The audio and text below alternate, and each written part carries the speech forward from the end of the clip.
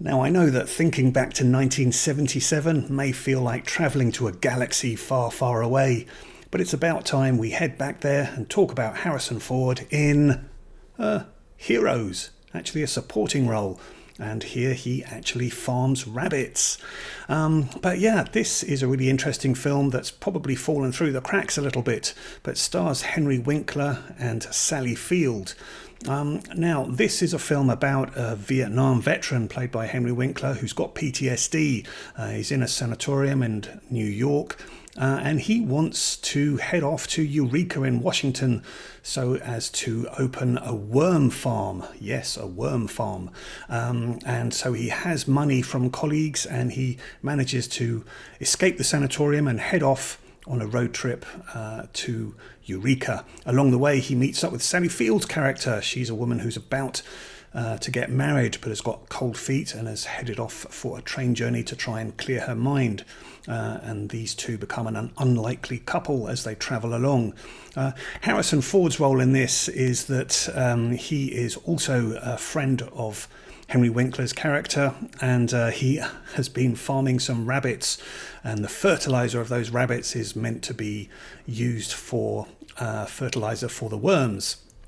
So yeah, he has a role midway through this movie, actually makes a very memorable entrance, squealing into screen view in a Camaro. Now, this film, when it came out in 1977, did not do particularly well, I don't think. It had a pretty poor critical reception. So there were a number of post-Vietnam movies that were being made in the 70s, perhaps of a slightly more serious nature. And then there were also movies that were dealing with mental health, such as One Flew Over the Cuckoo's Nest.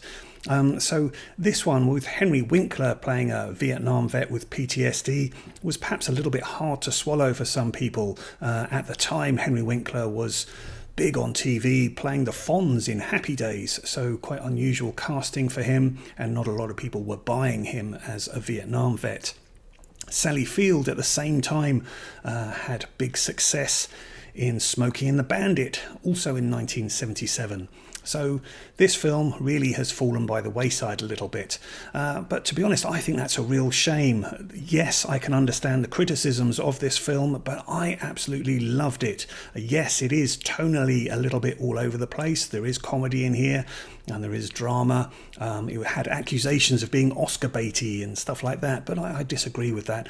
I think with certain 70s movies, there's a kind of looseness to the filmmaking. Indeed, some of the beginning scenes in New York feel like they were probably filmed without permits. So we've got characters running around the streets, and I'm not sure if there was proper regulation for all of that. But nonetheless, it's just a sort of free-spiritedness to this kind of movie which appeals to me. I really like it. I like the performances in this. I absolutely love Sally Field, and I think she's fantastic in this. Henry Winkler is perfectly fine. Harrison Ford definitely makes a good, strong appearance in his unusual role as a rabbit farmer.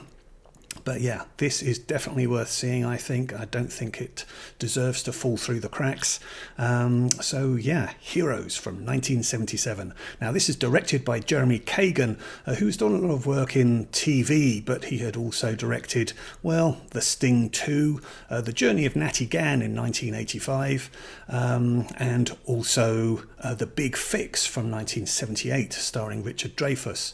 And the script on this one is by James Karabatsos. This was his first script, but he also was a Vietnam veteran, and he went on to write scripts for Hamburger Hill and also Heartbreak Ridge, starring Clint Eastwood. So I'm guessing that James Karabatsos is responsible for the line that Clint Eastwood says in that film, which is, "I'm gonna rip your head off and shit down your neck." Always a memorable line, that. And he also wrote the script for 1986's No Mercy, starring Richard Gere and Kim Basinger, a kind of trashy thriller, but one that appeals to me. I've always liked that one. So yeah, Heroes from 1977. Have you seen it? Let me know.